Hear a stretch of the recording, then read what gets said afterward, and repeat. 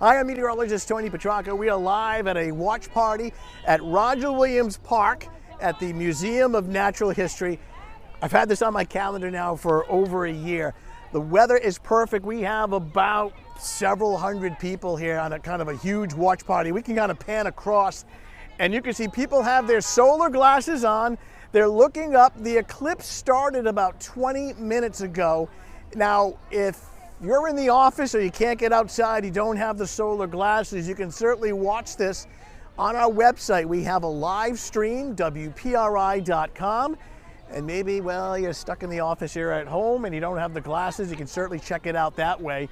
But folks enjoying it. It's a family-free event. If you're in the area, you can come on down.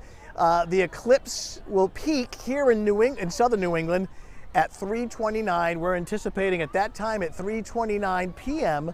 for about 92% of the sun to be covered by the moon. We're not in totality, but it's still spectacular. So obviously these are not safe. So I'm going to switch, and you're fine outside like this, you're fine. But when looking up, oh, that's cool. All right, so the lower portion of the sun is covered. I would say maybe 20% of it is covered, the lower portion of the sun.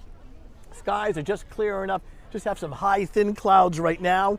But, you know, what makes this so rare? Well, first of all, solar eclipse happen a couple of times a year, but this one is unique. For starters, the path of the eclipse covers so many major cities. There are millions of people in the path of this eclipse, starting in Texas and all the way to Maine. The one in 2017 that we had, didn't have as much coverage. It didn't cover as many large cities, but this is covering a lot of big metropolitan areas, a lot of big cities. Now, totality, which is when the moon, or the sun rather, is completely covered by the moon, that is reserved for northern New England, places like northern Vermont, northern New Hampshire, northern Maine. TJ Del Santo is in Lyndonville, Vermont, and he'll be sending back some stuff as well. We're doing a time lapse, which we're going to play back during our newscast tonight, starting at 4. And there's just a ton of information on our website, WPRI.com. And of course, we have that live stream of the eclipse itself. To give you an idea of how rare it is, the next solar eclipse for the United States is in 2044. And that's only for a small portion of the United States. The next total solar eclipse for New England is 20. Steve, total for Southern New England, 2079, right? The total for Southern New England, next one's 2079. Yeah, so I didn't mark that one on my calendar. So 2079, to give you an idea of how rare it is. So the eclipse glasses, they are handing out eclipse glasses here at the Museum of Natural History. They have some stations where you can view the eclipse with a telescope that has a solar filter on it as well. You cannot take pictures with your camera or your phone without a solar filter. That'll do damage to the lens of your camera. And again, this is really the only way to do it. Sunglasses will not work, but it is just a great atmosphere. I think the other thing that's extremely rare today is the fact that the sun is out. So along with the solar eclipse itself, a rare sunny day. And Corey, we kind of pan around a little bit if you got some slack there. And now Brian on the other camera he has the solar filter on that camera, and we are looking at, with that special camera that we have, we're taking pictures as well. So our 12 news crew, certain cameras do have filters. Corey, were you able to capture that a little bit? A smidge? A little bit. Yep. So people are looking up here at Roger Williams Park, Museum of Natural History, and they've got the sunscreen and the solar glasses.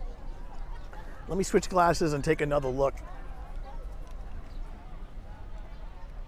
And there we go. It's the lower portion of the sun. Now, the misconception is that here in southern New England, it'll get totally dark. It only gets totally dark like nighttime in the path of totality, and that is reserved for northern New England, upstate New York, Burlington, Vermont, northern New Hampshire, and into northern Maine. Again, that totality is a ways away. It's about 3:30 in the afternoon. So 90% coverage here. I mean, the sky will get dim, the light will get dim, the temperature may actually drop several degrees during that time. Now, the maximum coverage, which is at 3:29, will be that way for about maybe 3.5, 4 minutes, and then we start to see the moon pass away from the sun. That whole cycle is done, it's completely done by 4:38 p.m. So it started a little while ago, maximum coverage at 3:29 at 91, 92%, and then by 4:38, the entire show is done. So we have team coverage from northern New England, where TJ is in Vermont, to here in Providence, and we have a ton of information on our website, WPRI.com, and we have our live stream as well. If you have time and if you're nearby and you don't mind some of the traffic, you can come on down to the Museum of Natural History to check it out. They're handing out solar glasses as well, and just a lot of fun. And we'll keep you updated. Team coverage on 12 News. It all starts at 4 p.m. We'll see you then.